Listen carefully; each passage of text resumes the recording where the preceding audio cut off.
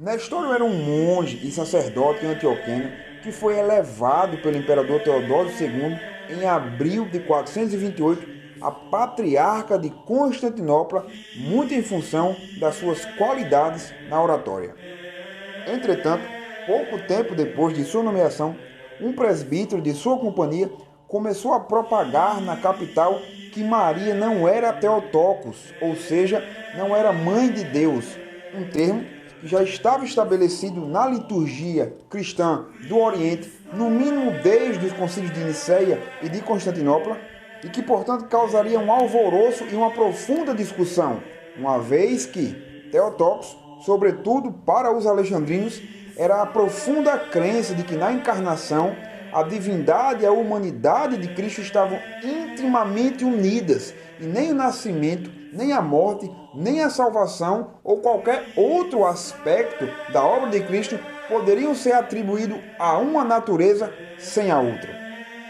Essa rejeição, portanto, ao título costumeiro, já desde longa data, como acabei de afirmar, provocou uma profunda reação e círculos de debate, de modo que o próprio Nestório sentiu-se obrigado a tomar uma posição e o fez em favor do título Christotokos, ou seja, Maria é mãe de Cristo. O alvoroço dessas afirmações acabou levando os cristãos a mais um concílio, que em 431 o imperador Teodósio II convocou um concílio para o Pentecostes, o que ficou conhecido como o Concílio de Éfeso, onde de fato o cristianismo estabeleceu o dogma mariano, isto é, estabeleceu o dogma de que Maria é Theotokos, e eu vou explicar isso um pouco mais na sequência do vídeo.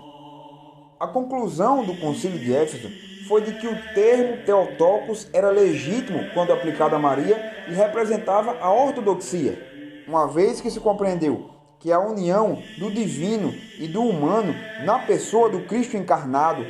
aconteceu por meio de Maria. Reconheceu-se então que, em um sentido real, Maria é Theotokos, ou seja, ela era mãe de Deus, porque Cristo não era apenas um homem, mas ele era também Deus, como já estava explicitado no Concílio de Niceia e como seria sistematizado de forma final no Concílio de Calcedônia. Como notam os historiadores, a aceitação do título Theotokos refletia a convicção da unicidade do sujeito no Logos feito homem.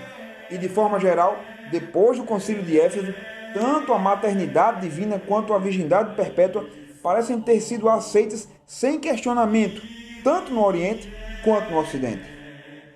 Um outro ponto curioso no desenrolar da história do dogma em relação ao termo Theotokos é que lá no século XVI, quando os reformadores protestantes rompem com a Igreja Romana, eles aceitam os 4 primeiros concílios universais, ecumênicos, ou seja, o concílio de Niceia, de Éfeso, de Constantinopla e de Calcedônia.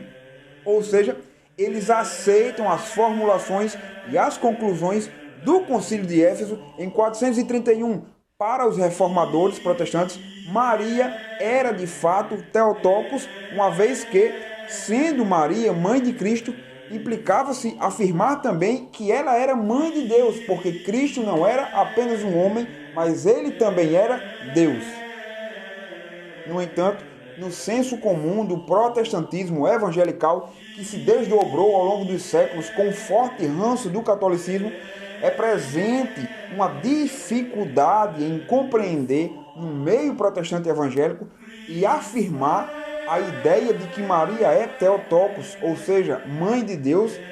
ou porque, dentro da tradição protestante evangélica, se compreende que essa afirmação é equivocada, o que implicaria por si só um rompimento com o pensamento dos próprios reformadores, ou porque, dentro dessa tradição protestante evangélica, afirmar que Maria é Theotokos equivale a aceitar as outras implicações que o catolicismo romano, ao longo da Idade Média e da Idade Moderna, atribuiu à figura e ao papel de Maria na dogmática e na liturgia. Em suma, de um ponto de vista histórico e de um ponto de vista do que se considerou ser a formação da ortodoxia do cristianismo nos primeiros séculos, Maria é de fato Theotokos, ela é de fato mãe de Deus e historicamente isso não deveria ser uma realidade afirmada apenas pela Igreja Católica Romana, mas o protestantismo, na sua raiz histórica, também afirmava, o Concílio de Éfeso também afirmava que Maria era Theotokos, ou seja, mãe de Deus.